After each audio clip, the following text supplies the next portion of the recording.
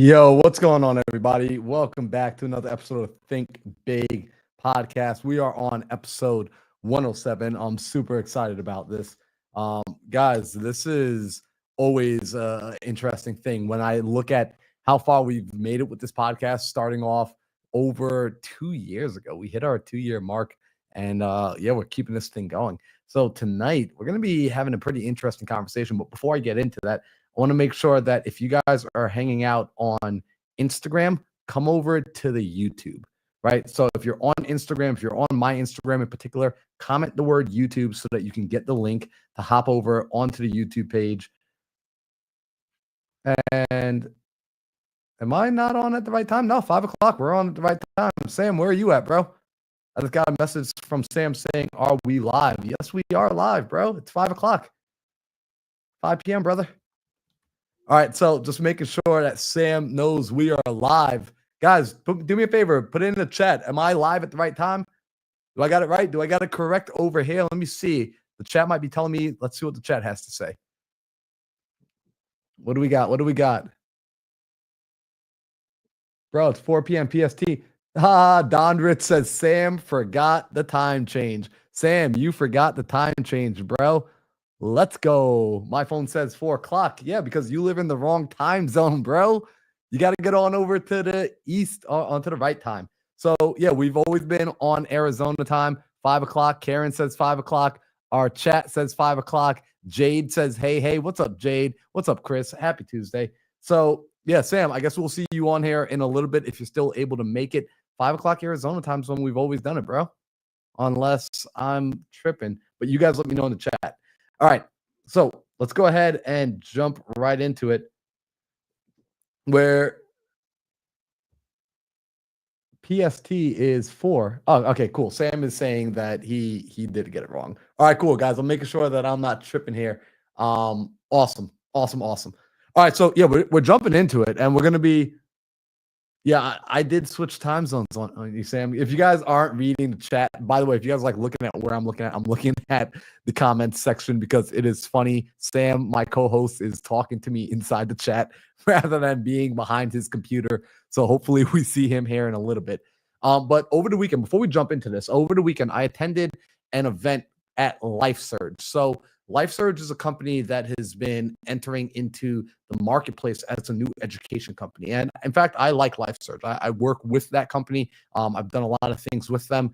And over the weekend, they had a large event held in Phoenix where they had speakers like Ed Milet come out. They had Nick Vujicic. They had the Benson brothers. They had the dude, I don't even know his name, the guy from Duck Dynasty. He's freaking hilarious.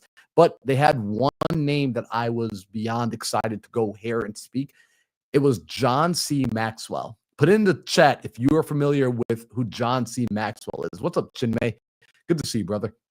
John C. Maxwell is we're going to get into the real estate versus business. So hang on. We're going to get to that. But this is critical. You got to hear this. John C. Maxwell is the leader inside of the world on leadership. The word leadership is synonymous with John's books, his writings, his speeches, his seminars. He's been going around the world, around the U.S., and he's been teaching the top CEOs, top execs, top Fortune 500 companies how to put together their executive leadership team.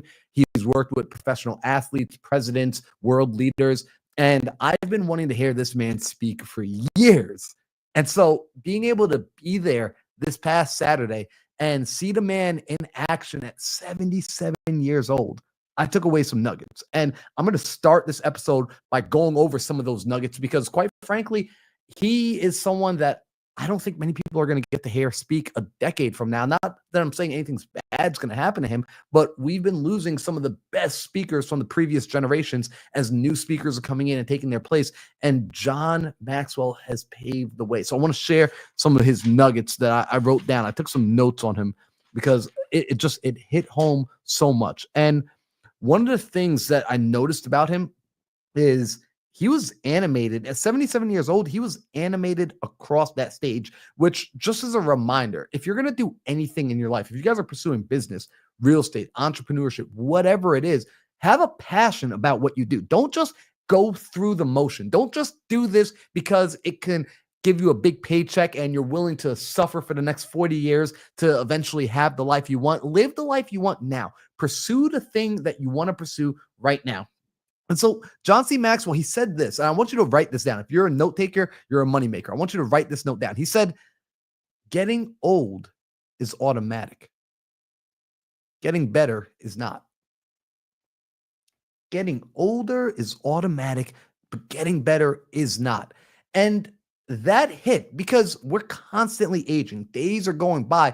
And if you don't make a plan for how you are going to improve, if you don't make a plan for 2025 on how you're going to capitalize and make that the best year of your life, it will pass by just like 2024 did for many people, just like 2023 did for many people. Now, I know you guys are different. You guys watch the Think Big podcast. You guys are a different breed. You guys go out and you execute on plans. You go ahead and you get clear about what high leverage activities are, what the best investments are, and you're built different. But for everyone else, right, for your friends and family, make sure that you are getting them to understand that getting older is automatic, but getting better is not. And you have to create a plan for your personal development. You have to create a plan for the development of your health, for the development of your relationships, for the development of your finances, for the development of your spiritual life. You need to create a plan to ensure that these things happen because they don't happen on accident, right? There's no such thing as accidental achievement. My co-host Sam, for example, he just crossed over the line of 300 closed deals and transactions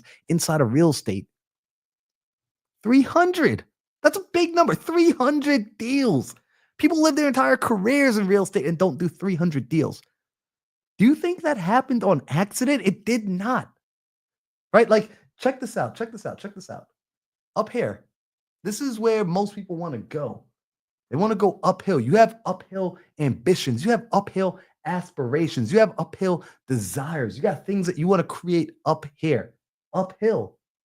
Uphill, right? But check this out. Check this out. Pay attention. What's this? What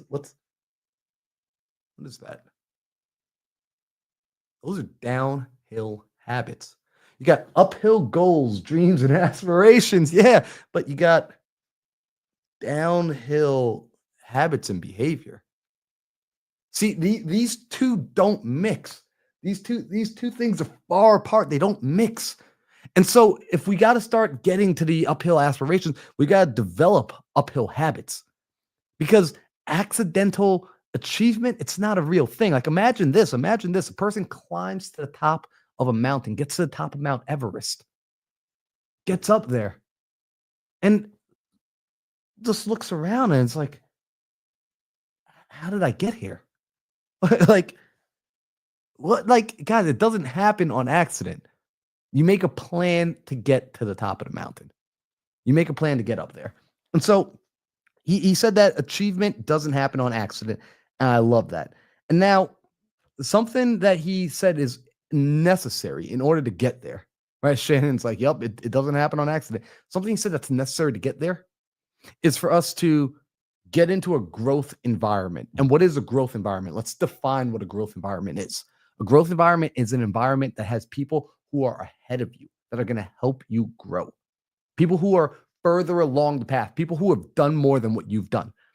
If I want you to audit your environment right now. Audit it. Audit your friends, audit your relationships. Pick up your cell phone, see who you've last texted in the last 24 hours. Is that a growth environment? The people who are physically in your space with you right now, who are you following on Instagram? Who are you following on TikTok? Who are you following on social media? Are you, in fact, in a growth environment? Because if you're not in a growth environment, here's what's going to happen. This is what's going to happen. I promise you. If you're not in a growth environment, you are going to be left behind. You are not going to grow. A growth environment is something that will move you forward. It moves the needle forward every single time. And so in this environment, I want you to do in your current environment, I want you to do an environmental audit. I want you to do an environmental audit and start inside here. Start inside your phone. Environmental audit and look. Who am I following on social media? Who am I letting text me? Who am I letting call me? Who has my phone number? Who am I talking to? You should be talking to guys like Sam. Sam, bro, did you forget that the time zone changed, dog? It's not that. I just thought we were going off PST. Because, okay, We Go no, we back had this conversation last year. yeah, but then the thing changed and we went off PST when Arizona all of a sudden decided to be on PST time. So just in case anyone doesn't know, Arizona doesn't have like its own time zone. It decides to sometimes be MST, and then the other part of the year it decides to be PST. It's like it likes to date around, right? Like that promiscuous girl that we all know. That's where Marlon lives. So Dude, for me, it's Arizona still fun. Arizona doesn't date. Arizona is the only time zone that does it right. Arizona has completely abolished that nonsense of daylight savings, which we're just waiting for the rest of the country to catch up. I mean, it's a little frustrating sometimes. I know. It's a little frustrating that the rest of the country could be a little bit slower, but Arizona is where we're paving the way so that everyone else is able to really capitalize on the benefits of more sunlight and being in the right time zone. So it's Yeah, okay though. California, yeah, we yeah. know California doesn't get things right. We get Well, it. yeah. We'll let the desert people decide what's best. What's up, man? Dude, I'm excited. By the way, bro, just like coming in, you're talking about environmental auditing, right? Influence auditing. It's amazing because what was it, maybe about a month or two ago, we talked about the importance of going through your social media, deleting tons of people you follow, reclaiming that bandwidth, and understanding that your social media algorithm is your greatest way of micro learning whatever the heck it is that you want to learn, right? And in that time frame, I've like unfollowed hundreds and hundreds of people, and it's really kind of interesting, man. I am now at a point where I'm probably going to unfollow like another like 50 to 100 people. And here's what's crazy. I've been keeping track of this. The more people I unfollow, the more I learn, the Yep. more clarity I have. And here's what's crazy, guys. My bank account keeps getting bigger, like month over month over month. And it's actually kind of cool to think about. And here's the other last thing, and I want to move on to this because I think we've got an amazing, amazing topic today. And that's that you start understanding the goals that you have in your life when you unfollow certain people, those goals, they diminish in significance. And you know what that means, dude? It showcases that those weren't your goals to begin with, they were the goals of other people. And Well, you know so what? It's funny you say that because something that I had this conversation with Caroline this morning. I've been back in my bag of discipline. Shout out to Donovan and Keston. They've been hearing me. Like I text them in the mornings. I'm just like, yo, like when I get excited about something, you, Donovan, and Keston are like the three people that get to find out right away. And I was telling Caroline this morning as we were going to the gym, I'm back on my discipline in a very routine, structured kind of way, and going back into what I call like the cave of solitude. Last year, you went into the cave of solitude. You went into your inner sanctorum and you shut off the world. You listened to Alex Hermosi and you just dug deep. And during this season right now, as I'm stepping back into that, because I got out the RV, I got back off the road, I'm back in my home, and I've been putting up the walls again. I've been putting up the walls, and I'm not allowing anyone or anything or any distractions in. So much to the point where social media has been even deleted off my cell phone. And as the world is quieting down, my inner voice has been getting louder, more clear, and guiding me into ways that have been producing results that are really a long time coming. And I'm just beyond grateful. So as we're jumping into tonight's conversation, I just want to say this to everybody. If you are getting value from Sam, myself, or you're finding whatever voices that are speaking to you as mentors or leaders, thought leaders, and giving you direction, temporarily shut everyone else out for a season and get yourself crystal focused and locked in.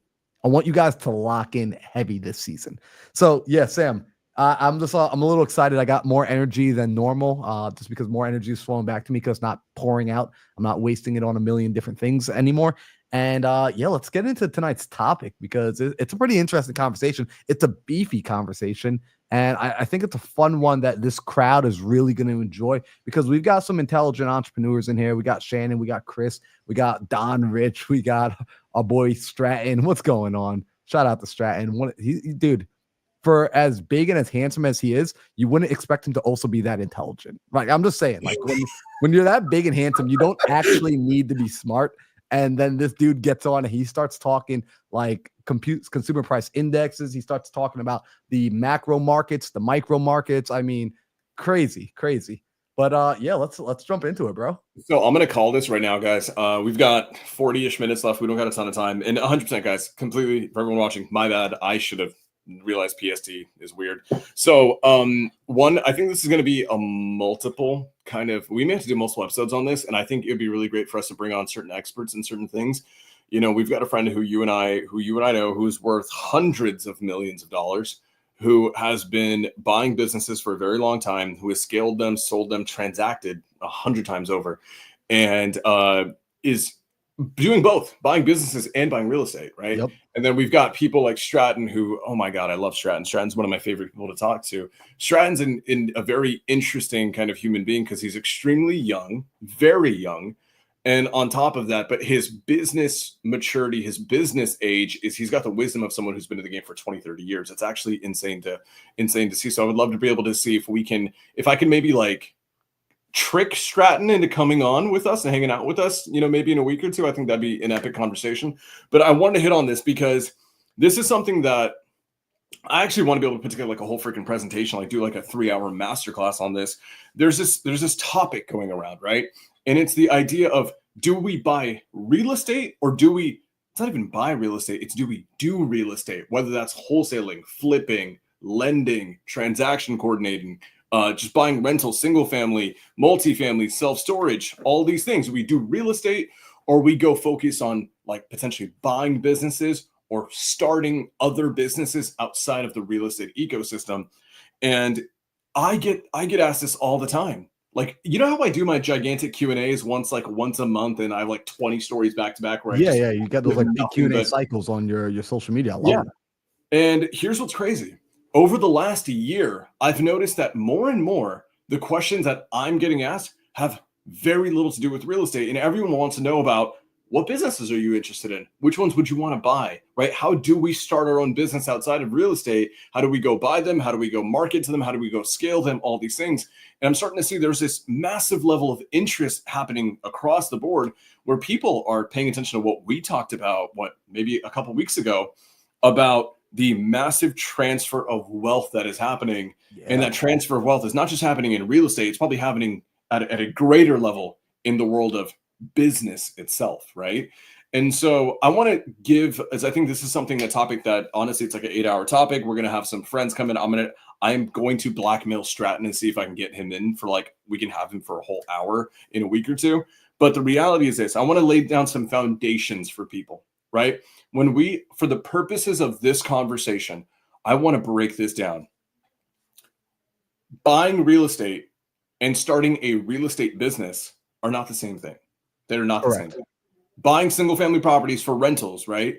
In the world of rentals, there's a million subcategories. There's BRRRR, Section 8, MTR, STR, co-living, residential assisted living, so many more.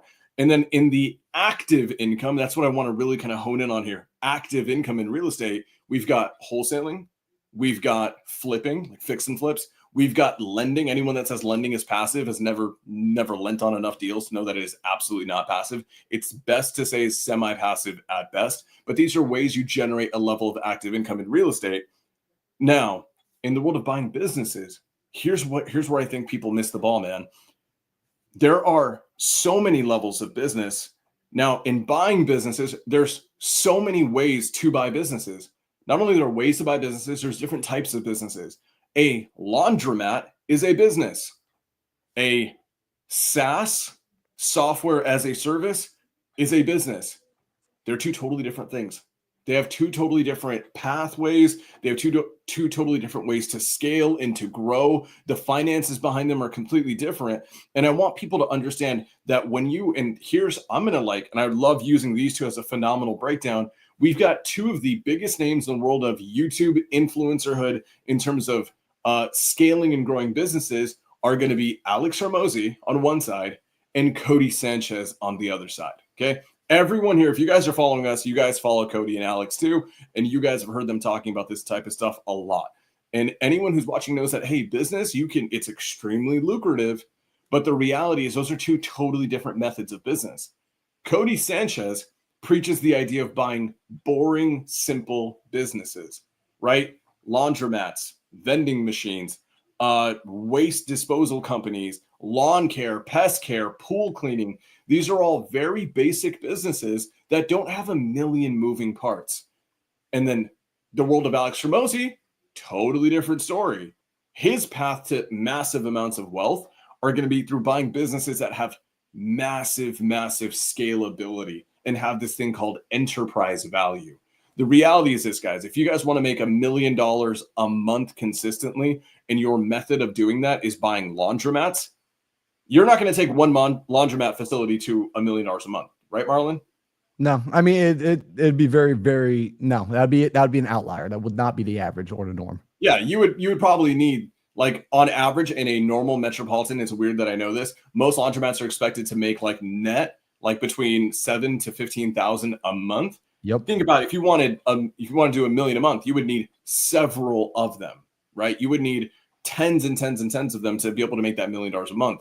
Now, which, by the way, guys, like, just saying, like, if you're making $10,000 a month on a laundromat, that's not a bad deal either, right? Like, it's just, the sake of this conversation is to really create a foundation so you have an understanding of what it is you're going after, because sometimes people have a misconception on what they're building and the language they're using, which starts to bring to them the wrong kind of opportunities. And this is like, this is why I love listening to Sam, because Sam will help your language get correct. He's going to help you define words properly. He's going to help you set proper expectations.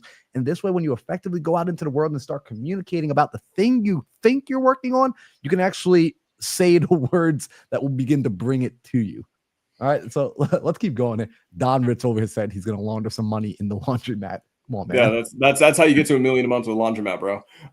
So that's one way, right? That is a boring business. It is actually not extremely, but it's easier to get that type of deal, get your hands on that deal, than, let's just say, go build the next Zillow, go build the next Facebook, right? People talk about businesses, and there's this kind of this idealism where when you say, I'm going to start a business, I want to get into buying businesses. I think sometimes people think they're going to go create the next Facebook, right? Which, by the way, if you're trying to go all in on a software, something revolutionary, you won't have the time to go and do real estate. You won't have the time to go and buy laundromats and car washes and vending machines.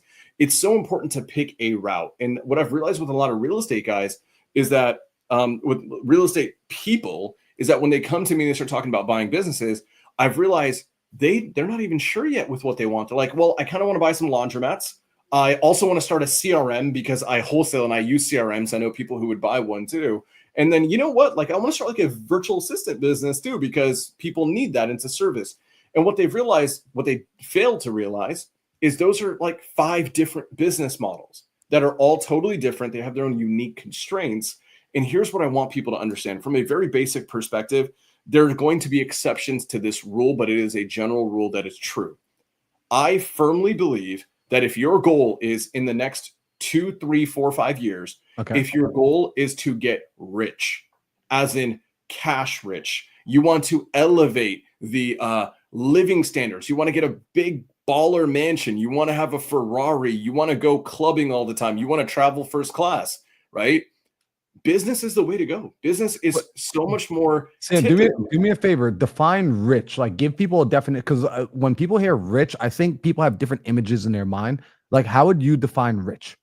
I would define rich very clearly as you have a ton. I'm not going to give a specific number to it, but a ton. I love this. Jade's hilarious. I would say having a ton of cash flow, profitable cash flow that you can spend, tons of disposable income, right? I would say if you can go, and if your goal is, like, picture this, if you want your life in the next 2 years, 2 to 3 years, to be like 2 to 5 years, let's be generous here, to have a mansion and a Lamborghini, and you want to have yacht parties, and you want to do all these big, big, big things, the reality is your chances of getting there in real estate, specifically by buying rental properties, is, I'm sorry, it's slim to none. This is true. We've talked about this at length for hours and hours on this podcast. You buy real estate not to get rich. And I want to make this differentiation. Rich is not the same as wealthy. Those are 2 totally different things. So if the goal is in the next 2 to 3 years to get rich, have tons of money coming in, right? Tons of disposable income. I will say this: business, less sure, less certain, way more volatility, right? There's so many things that influence it, but you can 100% upgrade the quality of your life sooner with business, but you can do it at an almost surefire, like consistent, certain level with real estate, it's just going to take a tremendously longer amount of time. Cool. And let's highlight this for a second, because I do want to talk about this, because I deal with people, right? Like I do training, I do coaching, I love mindset. And so I've come across many, many, many, many, many different personalities. And what I've learned from working with kids, funny enough, is people seem to be born into certain personalities. I've met 5-year-olds who are like 90-year-old men, and I'm just like, wow, you are a old man from birth. Like, this is unbelievable. This is like, science needs to study you to understand why you're so old and miserable at the age of 5. And with that being the case, some people have different tolerances for risk, adventure, volatility, and these sort of things. So I'm really glad you're emphasizing this point, and I want to really make this clear. Real estate, and my first mentor, he said this to me. He says, it's not get rich quick, but it is get rich. Right. And so you're playing the game. If this were a game of baseball, you're playing with the motto of, hey, we're going to bunt and we're going to go to get base hits. Right. With real estate, you're going for base hits. It's a sure thing. If you play the game of base hits, you're going to eventually load the bases and you'll eventually bring things home. Going after building business is you being a grand slam player. It's you saying, I'm not in it to get on first base. I'm in it to hit home runs. And when I hit these home runs, if I do it well enough, I get to run around this thing 40 times, not just once. And so that is a thing I want you guys to be aware of. Like, the volatility, you're taking on higher risk, but you're also taking on higher reward if you're willing to strap in and play that game. And these are games. Real estate is a game.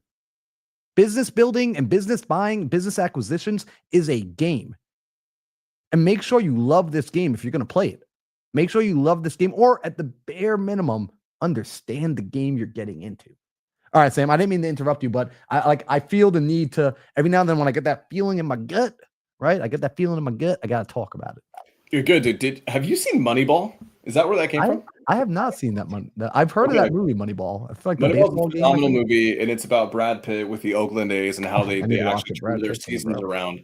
One of my favorite movies of all time, and the whole point of that, anyone who has seen Moneyball, the whole point is this. Right, Brad Pitt took the Oakland A's, which was a failing team. It lost its all-star player, and he was able to turn them around, basically defy the odds by doing what? Getting on base. No home runs, right? No magical runs, just get on base through the percentage, right? Through a statistics game. What ended up happening? Their team was an ugly team. They had no all-stars that were first-round picks, none of that. They just had guys who were good at one thing statistically, get on base. Very often, they got on base ugly. One of my favorite sports commentators of all time, his name's Brad Gilbert, wrote this book. It's in the tennis, and it's wrote Winning Ugly, because that's the way that you actually win most of the times. But regardless, guys, the whole point is this. Rentals, you will get rich. You will get wealthy, but it takes time. It takes time. Time compounds. And if you think, I am sorry, guys, I made this post today, and I have yet to meet someone who can change my mind on this. I have closed over 300 deals in real estate to the closing table with HUDs to show for it. The majority of them are wholesale deals. Here's the reality. You do not do wholesale to get rich. You do not do, like, people think you're going to get into wholesale, have tons of money coming in at scale, and then buy a Lambo, buy a mansion, buy all these things. And I'm going to tell you guys right now, 99.9% of those guys online who are on social media who are doing that, trust me, they're not making that money from wholesaling. They're making it from selling a course on how to do wholesaling. And the reality is, because there are some businesses that are just better than others. There are some businesses that are more profitable, that are more scalable, that have this thing called enterprise value. They're actually worth something. And so what I want people to do is understand that if you're going to play the game of real estate, it is a long-term investment vehicle at its core, okay? But it doesn't, I'm not trying to hate on wholesale. I actually want to drive this home. I am a firm believer that in the world of real estate, there is no vehicle like wholesale that can invest in, force a certain level of skill sets in you. There's as much as wholesale can. There is none. I don't think in flipping, lending, buy and hold, at multifamily self-storage, none of them will actually develop you as a business owner, as an entrepreneur, as a founder. None of them will impart more skills in you quicker, more potently than wholesale. And so I agree. Yeah, I mean, wholesaling is learning and earning. because I look back on wholesaling and I truly do. I've wrestled with this thought. Wholesaling has given me the greatest asset, which is it invested in the SME 500. It gave me the ability to communicate at a high level. It gave me the ability to go and sell. It gave me the ability to negotiate. It taught me how to market. And quite frankly, it was just a testing ground for persistence. It cultivated persistence from me. Because if you get into the wholesale operation, no matter who you are, at some point your faith is going to be tested. Your patience is going to be tested. It is going to test all of these things that are required to operate any of the other vehicles we talk about. And there's this misbelief that somehow success is easy. Guys, I mean, I know here's the interesting thing. When you watch a guy like Sam, you are convinced success is easy. You are convinced, like Sam, when I look at you, I can be disillusioned into believing that business and success are very easy. Now, when I listen to Sam, I learn that they are simple. Sam makes business simple. Sam makes growing and scaling simple. I love him for that. He's so damn good at what he does. He makes it look easy, which is, by the way, a sign of a true professional. Michael Jordan made the game of basketball look easy. LeBron James makes the game of basketball look easy. It's not. So the vehicle of wholesale is going to give you the opportunity to test yourself. If wholesale takes you in, chews you up, spits you out, and leaves you broken, battered, and bruised on the sideline, and you give up on your dreams, I'm sorry to tell you this, you're not resilient enough to go make things happen. I'm sorry to tell you that. And now listen to what I said. I said you're not resilient enough to make things happen. I didn't say you can't become resilient enough. I'm telling you right now, in that moment, you are not resilient. Go and become more resilient. Get back into the ring. Stand back up, brush the dirt back off, and get back in and be persistent. And so, yeah, Sam, I freaking love this conversation, bro. I wanna hit on this, guys. I appreciate you, dude. Always. It's so funny because Marlon's one of my favorite people to listen to. So here's the key. Know that not all businesses are the same. Know that buying a business and scaling a business are two different things. And I want you guys to understand this. And I'm hell-bent on this because I haven't seen anyone talk about it. Just so you guys know, if you guys want to know what my algorithm looks like, what my feed looks like, my feed is probably like out of all the topics that I subscribe to, the smallest topic I listen to is real estate. Almost the majority of things that I listen to are all about acquiring, growing, scaling, and exiting businesses. And a lot of that comes with like internal leadership. I don't think that there's any vehicle in real estate quite like wholesale, which can give you, in my opinion, the most important skills that you can have as an individual, which is sales. If you can hammer down sales and get really damn good at it, the world of opportunities is it's in my opinion endless. You can go and do so many things. Here's what I don't like, and this is me speaking for me. Okay, this is not me. I love this phrase. This is me diagnosing myself. It is not me giving a prescription to you in what you should do. My viewpoint is this. I don't like seeing people who are brand new, who haven't done anything yet in the world of entrepreneurship, in real estate, in business, anything yet, maybe leaving a W-2. And the first thing they do is they go try to spend 6 months, 8 months, 10 months, a year or more trying to buy laundromats or trying to buy car washes. And here's why. They are almost impossible to grow, and they will hit a cap because they are physically restricted in the building. Right? They are restricted to their local municipality in their marketplace. It is extremely hard to grow them and scale them in that regard. Now, I'm not against them, but I think there's a better use of your time as a newer person who's getting into the world of business. And that's actually on investing in the SME 500 and working on skill sets that have extremely high leverage. So I know people, and here's the reality. I'm going to be straight with this. I've never heard people talk about this online. And here's the problem. When everyone starts getting really gung-ho about wanting to buy businesses, they do what people do. They form communities, right? They go and squat up, and then they JV, and they raise money together, and they'll go buy a car wash or a laundromat or a vending machine business or whatever it is. And those businesses may net 10 grand a month, which is fantastic. But when you go look at the finances of a lot of these things, when people come together, and if I go and bring Marlon in, and then I go bring my other friend in who has the money, and there's 3 of us, and now we're all splitting 10 grand net. There's not a lot of meat on that bone left. And it becomes very hard for us to grow that business. And it's not that thank you, Sydney. The time change is throwing you off. Thank you. Some people on my side here. I mean, and it's all right. You all live in the wrong time zone. I get it. Freaking desert people over here. Here's the thing, guys. I've never seen anyone go and buy those boring businesses. Love them. They're great. But here's a reality. If you have to pool 4, 5, 6 people and then raise private money to do it, right? Other people's money, and they need money coming in. You give them equity and all these things. Here's a reality. That profit, that net profit, you're like, oh man, my real estate property only makes me $500 a month, right? Net. And that car wash makes $10,000 a month net. What happens when you dilute ownership by bringing in 10 new owners who all have an equity split?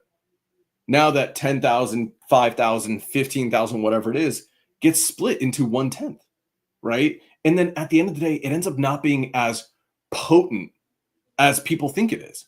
It ends up not moving the needle as much as people think they do. But here's the key. If you spend that 6 months, that year, in a vehicle like real estate wholesale, developing your skill sets, investing in the S&P 500, getting really damn good at sales, really damn good at marketing, learning how to build SOPs and hire people and delegate and train a team and lead a team, what ends up happening is you unlock access to a higher level of business.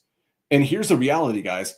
Laundromats, car washes, pest control. I'm going to throw pest control out of there because you can actually scale those. But like laundromats, car washes, vending machines, these very simple, boring businesses, I want you guys to think of them as like the Section 8 long-term rental on a 5-year lease. Like that is the real estate equivalent of a laundromat. It's pretty much always going to be in use. It's pretty much always going to be there. But you're probably not going to become a billionaire anytime soon with that. You would need an absurd amount of them at this ridiculous geographical scale. And then the logistics behind it become very difficult to grow. But if you spent that year working in a wholesale vehicle, right? Or maybe a lending vehicle, and then you watched one of our more recent episodes where I showed you how to scale a lending vehicle with sales and marketing, what ends up happening is you earn the privilege to have access to better businesses. You can then start getting into better service-based businesses that are much more scalable. So make no bones about it, guys. Like a pest control company, I have a friend who sold a pest control company for $85 million last year. A very small niche operation. But if they were doing laundromats, they probably wouldn't have made anywhere near that, right? And they probably would have had so much headache getting all these locations, but they do pest control. And they focus on sales and marketing with phone sales. And guess what? You know what's funny, bro? That person started an entrepreneurship as a wholesaler in real estate. 100%. Well, you know what it is? Like it's wholesaling. So, you know, it's funny. I'm going to give you guys a spoiler. We got up here the title, The Best Investment versus Real Estate and Business. But really, neither of those are the best investment. Yeah, I said that. Neither of them are the best. The best investment is you. It's the person watching this video right now. And so when you're looking at these investment vehicles, I love this. Jim Rohn used to say, never take a job based on what you can get paid. Take a job based on what it will turn you into. Pick the opportunity vehicle that is going to maximize your growth. When you start looking at opportunity vehicles in that way, you start to realize you are the attribute. You're the common denominator that goes with you everywhere you go. And so as you evolve from these opportunity vehicles, when you get out of wholesale, you're going to take all the skill sets with you. I mean, you know what's funny, Sam? I'm watching right now. We got Victor in the chat. Shout out to Victor. Victor, he and I were talking earlier today, and he's one of those people. I mentioned him 2 weeks ago because I'm just watching him grow at such an amazing rate. And don't get it twisted. Victor is smart enough right now to comprehend everything we're saying. And if Victor wanted to, he could go jump in and go buy a business and own a laundromat or a car wash or whatever it is he wanted to do. He could go own one of those things tomorrow. However, he recognizes, well, I would be limited in how much I would actually grow that thing based on my own personal limitations. And therefore, I want to remove the lid from myself. I want to unlock myself first to be a higher level player, to be an A player, so that I could go get into A player opportunities and attract A player teammates and partnerships. And I'm just like, dude, and how committed he is to the process. Like while we were talking again today, I said, like, Victor, you're in the middle of the process. He says, oh yeah, no, dude, like I'm good. right? Like he's like, I don't need a pep talk. I just wanted to check in and catch you up to speed on where I'm at, and just to share with you that in this process right now, I'm enjoying who I'm becoming, and I'm seeing opportunities to become even more. There you go. That's ooh, dude. Here's the thing. I'm gonna read one of the Q&As because I think it's a great answer, and I think it'll give a lot of people a lot of insight that no one makes a differential. Like no one cuts a difference, right? Cody Sanchez, small businesses, boring businesses. She's great at it. She highlights like the blue collar business that the world needs, and you can go and make tons of money doing them. Alex Ramosi says, I don't need 1,000 small businesses. I just need 10 of the right big ones. Yep. But those 10 of those right big ones, right, for his path to become a billionaire, he has more than 10. But the reality is like those really big banger businesses, they're infinitely more scalable. They're usually worth way more on a resale. You have to ask yourself, based on you, do you just want to play the game of Monopoly and buy a bunch of long-term rentals? There's people, don't get me wrong, there's people who crush it just buying Section 8 in Ohio for 50 grand a pop. And they'll just, over the course of the next 20 years, own 500 of them. And they will, at that point, trust me, they will be making like Lambo money all day, every day, no problem. And they will also become wealthy, right? The game of, and it's a surefire, it's like guaranteed to do it. Now, if you go and do laundromats, now you're not chasing $500 a month or $200 a month, you know, with cash flow with no tenants. You do laundromats, cool. You could make 7, 8, 9, 10 grand a month in net, and you just go buy 50 of those. Now you're really working with something. It's just understanding that there's a different time frame and there's a different level of involvement and risk that goes in with it. Now, then there's the next level is a little bit of a higher level service, right? Pool company, pest control, lawn control, more people involved, more materials involved, different level of, now you actually have to sell people, right? With laundromat, you just have a sign outdoor that says laundry and people usually will walk in. But with a service, you have to sell. Now you have to learn other skill sets. And then once you start going up this ladder, you start evolving. Now you need to learn how to sell. Now you need to learn how to market. Now you need to learn how to delegate and lead. Right? Now you need to learn how to go raise private capital because you're trying to go do some big stuff every step of the way. It's like people want to have, you know, who I love looking at. I think a mentor of ours, Pace Morby, has love that dude. insane opportunities that are coming to him. And like there's the stuff that he tells you publicly, guys. I chat privately with Pace quite a bit. And like the stuff that he's doing, no one in real estate, to my knowledge, has done before. Not a single freaking human being that I've ever seen personally, and the stuff that he's working on. And you know, a part of me internally is like, man, I wish I could do that. I wish I had those opportunities in front of me. And I've just gotten really good at confronting this. I just haven't developed myself personally as much as Pace has. He has earned to be in that room where he receives those opportunities that no one else in the space has done because they haven't developed themselves the way that he has. And if you want to get into bigger plays, right? If you want to make $1 million a month, if you want to make $1 million, guys, I went to a mastermind a few weeks ago and I spent quite a bit of time, several hours with someone who has consistently can pull off $1 million days, over $1 million in a day, just like clockwork. It's a routine.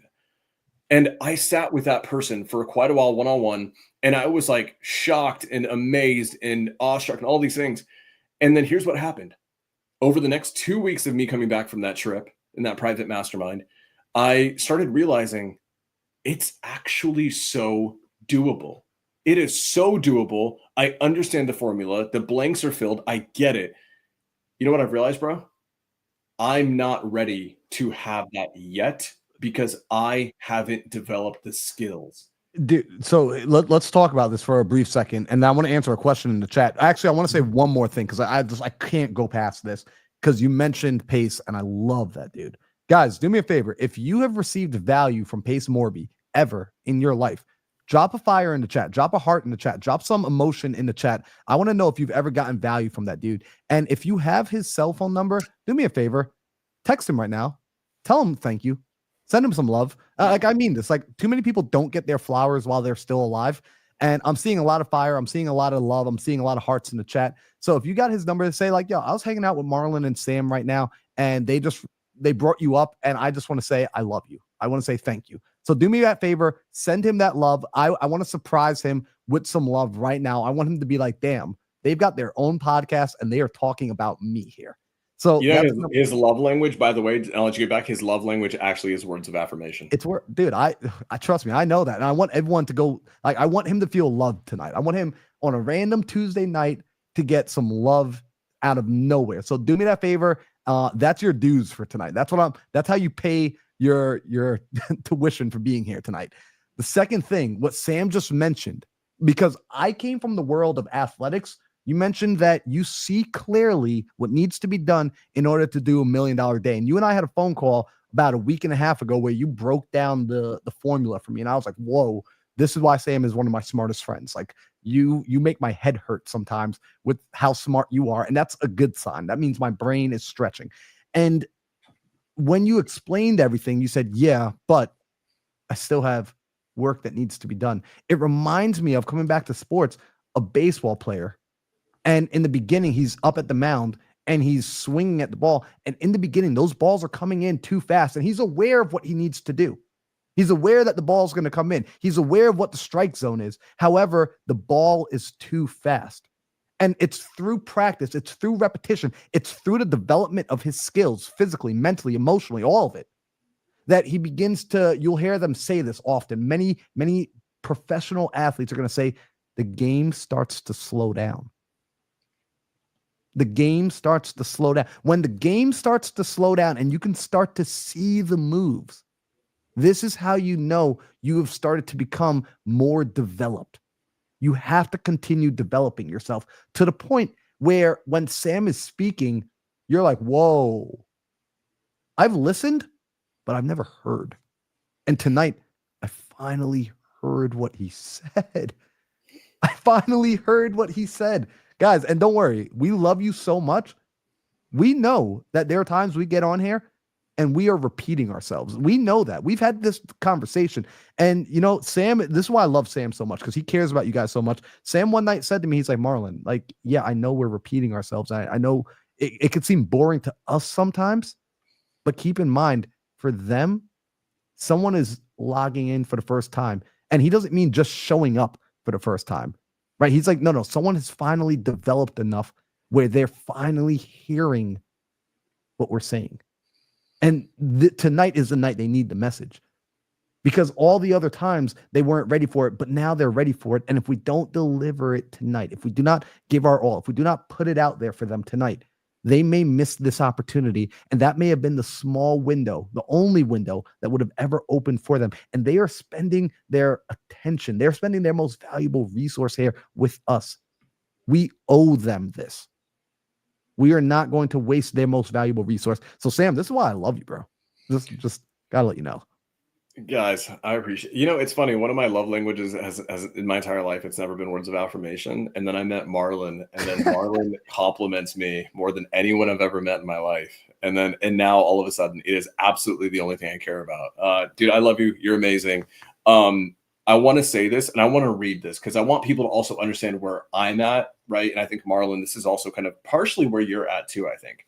I'm going to read a Q&A question that I got, and it was funny because Marlon knows this with my Q&As. Guys, if you see me do a Q&A on Instagram, just know that I only do them like once every couple of weeks, because you'll see me, I'll spend a whole day just writing essays back to people, really tactically thinking about every single word that's included. Like, I don't just sit there and just like bullshit through them. I think about every single word, and I'll rewrite the freaking answer 10 times over, because I know I'm not answering that one person. I know I'm answering the 20 people who were paying attention, who wanted to know that specific answer too. And this is out of that Q&A spree, which was almost always about all about business at a high level. This one question, I gave it this answer, and I got the most people who were like, Sam, holy crap, no one's ever said that. So I want to read this out for you guys in case anyone missed it. Someone asked me, hey, Sam, what multiples are you buying small businesses at?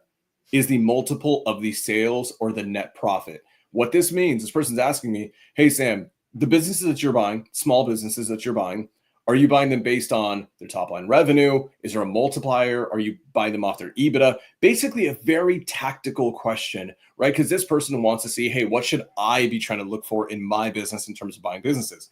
And here's what's interesting, guys. This is my response. I'm actually not buying or acquiring businesses right now, okay? So it doesn't mean I'm not doing business. I'm not buying them or acquiring them. I'm not looking for new businesses. I'm building them from scratch, not going to rob myself of the skills you only get from being a founder and scaling to 8 figures by being in the trenches. Most people who buy small businesses don't actually ever grow the businesses that they buy. They just buy a boring business and dilute its profitability by throwing in 19 new owners, and the businesses don't actually grow because the person who bought them never learned how to actually build these things in a vacuum. This is why they tend to only buy things like laundromats, car washes, vending machines, very basic, boring businesses. They never build things that disrupt marketplaces or bring outstanding value to the ecosystem. At the end of the day, there's nothing wrong with that type of model, but I'm here to take big freaking swings. That's where I'm at. And I want everyone to understand that the world of business is as diverse, probably even more diverse than the world of real estate, tremendously more so, I would say. And so you have to ask yourself, right? Guys, for you real estate people, you guys know that wholesale and flipping are two different animals. You know that Section 8 and short-term rental Airbnb are two totally different freaking animals. And understand the world of business, there's infinitely more variance. And you have to play to the season that you're in. And so when you hear me talking about scaling businesses and starting them from scratch and doing all these things, I want you guys to also know I'm not married. I don't have kids. I don't have all of the things. And I'm young. I'm in my 20s. I can take a lot of swings. I can afford to strike out and just shoot for home runs every time. But the reality is this: I don't just show up. I don't show up at the plate and only swing for a home run. I'm also making sure that I'm getting my reps in practice before. I'm also making sure that I'm working, that I'm taking care of my body, that I'm being spiritual about it, that I'm taking care of my mindset, that I'm doing all the things I need to do so that when game day comes, I can swing for the freaking fences. You may be in a season where an at-bat is what your life needs. And that's okay too. In fact, that's actually better because it's gonna be more conducive to the life around you. So I'm a huge advocate of playing to the season that you're in, but also understanding that Marlon does things that I don't do. Even though we're roughly the same age, even though our lives, Marlon's not married, he doesn't have kids. I'm not married, I don't have kids, but we still do things differently because we're building different lives. And so what I don't want you guys doing is I follow Cody Sanchez, who's amazing, and I'm going to buy a vending machine all the time. And that's all I'm going to do. Or I follow Alex Ramosi, and I'm going to go launch a school community because I follow Alex, and that's the only thing. But it's like the school community may not be the best thing for you right now. The best thing for you may be to get into real estate. The best thing for you maybe to have stability in your life. And that's something that I just want to just drive home to people because it's not talked about enough. But okay, I'm sorry, go for it, man. No, dude, you're spot on. And you know what I want to say is, and I gotta say this because again, I got John Maxwell on my mind right now because I got the opportunity to go and listen to him speak in person, which just truly there is something about going and listening to somebody at that caliber, somebody with that many years of wisdom, experience, to hear him speak and to watch him share and to see it come off of him, to see his eyes and to see his body, how animated he was when he shared his truth. It resonated. And he said something that deeply impacted me that caused me to pause. He said, why do we get so caught up in the destination? He says, everybody oversells the destination. We all oversell the destination. Your favorite mentor, your favorite guru, they are oversell the laundromat. They'll oversell the real estate. They'll oversell the this, the that, the this, the that. But it's the process that you're going to be doing 95% of the time. So rather than just looking at choosing something based on the end destination, choose it based on what's the process, what's the journey that you're going to have to embark on. Choose it for the adventure that it's going to put you on. Because he said this, he will go and speak. And oftentimes young men will come and find him in the hallway and they'll hunt him down. Mr. Maxwell, John, you inspire me.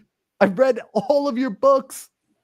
One day, I'm going to do what you do. I want to do what it is that you do. And John says, Great. But do you want to do what I did? Everyone wants to do what I do, but no one wants to do what I did. I spent the last 50 years building this, hours and hours and hours a day, putting in the work, putting in the effort, showing up consistently.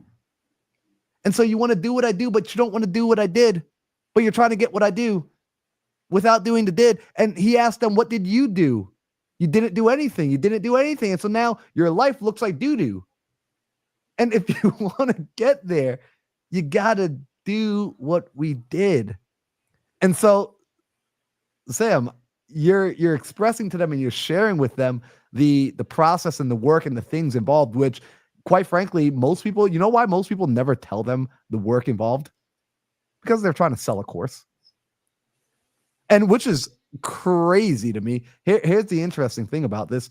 Your favorite guru that is out there teaching you real estate, your favorite guru that's out there teaching you business buying, they're going to paint this picture that is click a button easy. And it may be simple, but it's not easy. And we want to tell you from people who are in the game, in the field, it's not easy. Now, I'm not telling you don't get in this game. This is an amazing game to play. I love this game. However, I want to tell you, just like if you decided you wanted to become a professional basketball player, you're going to have to practice every day, 2-a-days, 3-a-days, 4-a-days, 5-a-days. You're going to have to put in the work. You're going to have to develop skills, develop yourself, and build a foundation that is worthy of the empire that you want to create. And it's all possible. It's just going to require a ridiculous amount of work. And we want you to block out the noise of all the people that are telling you otherwise and come and join, right? Like I mentioned this a few weeks back. I am personally on a mission to rebrand work, to make work cool, to make work fun, to make work, like stop trying to avoid doing work. I actually think it is an epidemic that we are all trying to avoid work. If no one's working, nothing gets done. Instead, I want us to work on the work that we find meaningful. And if you find service work meaningful, awesome. If you find electronic work meaningful, awesome. If you find sales work meaningful, awesome. But stop trying to avoid the work. Do the work. All right, Sam, I'm going to get off this soapbox because I'm having way too much fun. I don't know why you guys let me get the mic. And also shout out to the real Perez, Miguel Perez over on my Instagram saying, thank you, Sam and Marlon, needed to hear this. Hearts. So again, if you guys are ever on Instagram, comment the word YouTube so you can come over to the YouTube channel. So that way we can share those sort of comments on the screen, get your face, get your comments up there because thank you. I love those comments. I appreciate those comments. Oh, dude, also we got Slava. Should we, I want to answer this question for Slava, which I think Slava was just asking an opinion. If you are skillable enough, it makes sense to own and grow the business than buying real estate and pray for appreciation. Right? Wouldn't you say? Right? Would you disagree with that?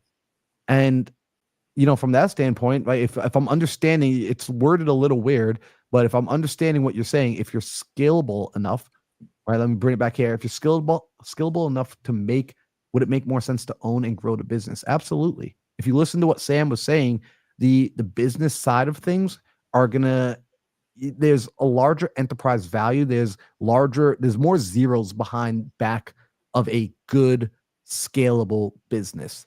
And it's about understanding at the end of the day, what are you working towards? What is the goal? What is the skill set that you want to understand and apply to yourself?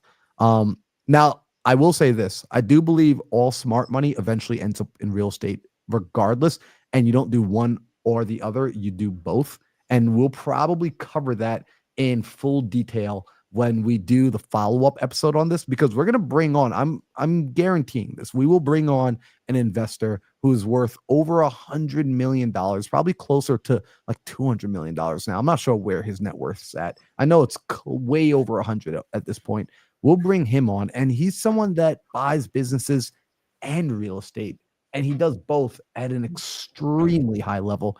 And we'll really get down into the pros and cons of each and really understand which one makes sense for you based on the season you're in, and also help you graft your game plan, right? Because it's going to be about this. Layla Harmozy recently, Sam, you probably saw this on her YouTube. She recently uploaded an image, and it was what she has in her front office for when anybody walks in. And it No, says, dude, it's so good. It says, fuck your feelings, stick to the plan. Yeah. Fuck your mood, follow the plan. I love that. FYMFTP. It's one of the best. Hi, Daisy. Yeah, no, dude, you're absolutely right. And fun fact, I think the person that, if you're talking about the guest who you and I chatted about earlier today, that person, to my understanding, has made $1 billion exit. They've sold a company for $1 billion. And so that's hi, sweetheart. Okay. So regardless, dude, here's the last thing. So Slava, I want to say this. I think hi, sweetheart. I think at the end of the day, real estate can make you rich. I think you can get rich from wholesale. You can't, I mean, you can in theory.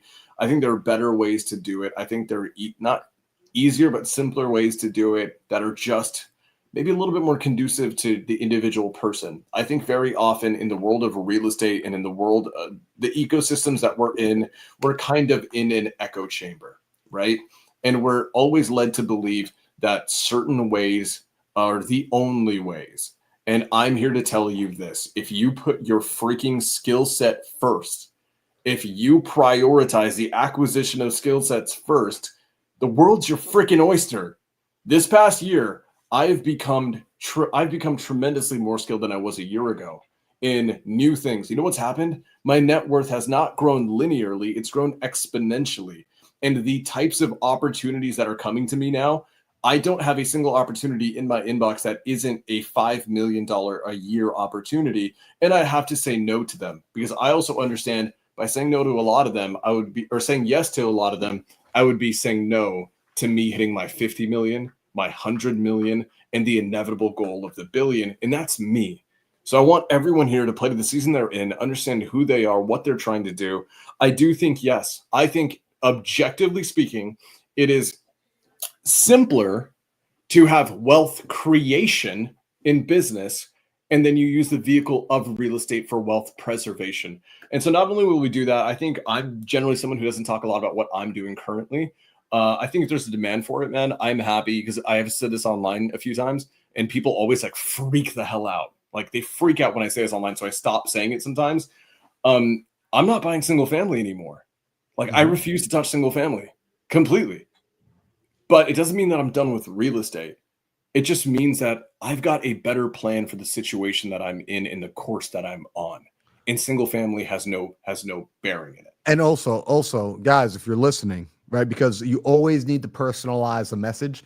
It doesn't mean single family is a bad investment for you.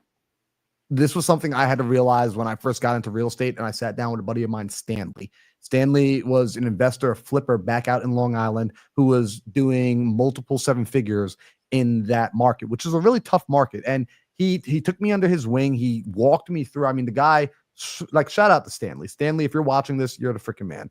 And Stanley said to me one day, he was helping me with, I was trying to wholesale my first property on Long Island. And I brought him a deal and he said, "Oh yeah, that's a good deal. I don't want it." I said, "Huh?" He said, "Yeah, that deal, I'm only going to make about $30,000 if I flip it. So I don't want it." And I was confused. I was like, wait a second. Because to me, if I can make $30,000 and I knew I would make $30,000, I'm jumping on it. Like I'm jumping on that, period. And he said, "Marlon, look at this. Based on where I am, based on my investor profile, I would have to sink about $600,000 into that property in order to just make a $30,000 spread. First off, that's way too much risk of my capital to make such a small profit. So why would I risk 600 to make 30? The proportionality of the risk isn't worth the reward. But second, my time. I'm aware of how to go out and create 70, 80, $90,000 opportunities. And those are now what I consider small. And so if I'm working on this $30,000 opportunity, the reality is I am limited in the amount of bandwidth. I am limited in order, like my operation isn't scaled to the point where it can take this on without being inflicted and missing a larger opportunity. Therefore, I'm going to say no. And so Sam is saying that he's at a place where single family opportunities are now hurting him because they prevent him from being able to operate on larger opportunities. If you are not in that position where you have larger opportunities that can become bigger multiples and you're working on getting those early opportunities, don't think you can't get into single family and you can't do well in single family, and single family cannot grow you in the season you're in. Guys, before I run away with this, you need to start paying your dues. You need to pay your dues. So if you did not pay your dues already dude, I was just about to highlight that. Sydney Nash is the freaking, I love that girl. She's awesome. But before we get to that question, here's what I want to have you do. One, if you haven't texted Pace already, I'm unfriending you. Like, go and text that dude. Tell him you love him. Tell him, like, hey, I was just watching Think Big. I was just talking to Sam and Marlon. I was listening to them, and they reminded me how much of a freaking goat you are. So just want to send some love your way. That's number one. Number two, smash the like button and subscribe button. All right. Now you're already subscribed. You're here. I get that. But smash that like button. It really does a lot. This podcast we've been finding new people who have been showing up in the audience. New people have been DMing us saying that we just popped up on their news feed, which means you guys are doing your job of hitting the like button. So thank you. It really, I know it's a little task for you, but it makes big waves and big ripples for us. So we really appreciate that immensely. You are helping the algorithm push us out to more people who are of like kind. And so thank you. Right. Like some of you are already hitting the like button right now because I'm seeing that our viewer count is going up. So thank you for that. What I think is going to have to happen is, because I read Sydney's comment, which we could answer right now or we could talk about. I don't even think we are necessarily even qualified to answer it in the length and detail that it needs to be answered, because it's a question about how to become a business mom, how to go into this entrepreneurial world as not just like, could we see the Cody Sanchez's, and she's childless, which having kids, it makes a big difference. And Sam and I, we're young, we're single, we don't have kids. I got a dog now, so I'm a dog dad, which is crazy. But it's not the same as a human being. And from my previous relationship where I was with a woman who had 2 kids and we were together for 4 years, I got to see firsthand having children absolutely changes the dynamic of life. And so there's no questions about it. We would want to have that conversation with a entrepreneur who's done 7 and 8 figures and who's experienced the world of motherhood and growing a business alongside a good man. And I think we know the perfect entrepreneurs for that conversation. And so I'm thinking I'm going to have a conversation with Sam offline. And I think we need to start lining up a roster of people in our network to bring onto this show to basically unload what they normally teach in their workshops and their masterminds and their courses and their communities that have $5, $10, $15, $30,000 paywalls in front of them.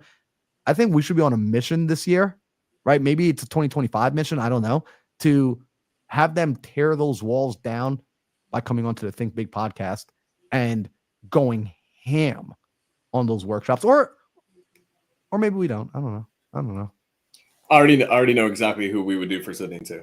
I actually have two women who are young, and who have children. I know a few who are young and don't have children. I know, like, we're friends with all of them, so I think we definitely bring them in if it brings value. Dude, we're absolutely overtime. We are heck over. So, guys, we're gonna start to wrap it up. Sydney said she would personally love it. I freaking love that. And for the people that like show up in the comments and show up each week, like, you're our community. We want to pour into you. So we are happy to provide you guys with as much value as possible. Speaking of this, Sam, I'm gonna throw a plug in here right now. I got something happening for our community on Monday. This coming Monday, I made a post on Facebook and it got a lot of hype, where I was talking about goal setting and I shared one of my clarity goals from 2019, and people were able to see how much I grew since writing down those words in 2019 to what I've accomplished today. And people asked me to do a workshop. So I'm doing a totally free workshop, but it is limited because I don't have the Sam Ball Out 500 people Zoom account. I have the little mini Zoom account that only lets 100 people in. And so if you guys want to be there for that workshop on Monday, I'm doing it at 11 a.m. Arizona time. Some of you are going to be working. Some of you are going to miss it. But those of you that make it there live, if you've been struggling with figuring out clearly what you need to be working on, what your goals are, if you're like, man, like my goals aren't solidified, they're not locked in, you should be on this goal setting webinar. You should be on this, not even webinar, workshop. And the way you're going to go onto it, go to my most recent Instagram post and just comment the word goal. I set up an automation that will send you the registration link. Chinmay said he's already on it, right? So just go there, register for it. I'm excited for it on Monday. This is something I use every single quarter. Guys, we love you. I appreciate you for being here. You are all freaking amazing. Sam, thank you for showing up. And now you know what the right time zone is. So next week, right? Wait, Sam, let's confirm for the people. We're gonna have to have a conversation about this offline. Okay? Like, so what are we doing? Are we keeping it at this time zone? That's the end of the episode. What do you guys want? Who likes this time zone? Who likes being in the right time zone? Like, go ahead and say yes. Okay, right? yeah. PST, it's 5:14. So we started at 4 PST. Do you guys want to start at 4 PST or do you guys want to start at 5 PST? I say 4 PST because the right time zone, but we're gonna have to figure this out. I'm gonna have to move meetings. Look, Brian says yes. Brian Scamp, that's a yes. He said a hell yes. So we'll figure this out, but we love you guys. Karen says yes. I love that. I like when you ask people options and they just say yes. Yeah, exactly. They're like, yeah, just yeah. I love it. So guys, we appreciate you. We love you. Make sure you hit like, make sure you hit subscribe. And if you need help with clarity, be there for the goal setting workshop. Just go check out my Instagram. And if you forget all the directions, just DM me on Instagram and be like, how do I join? I'll see you guys.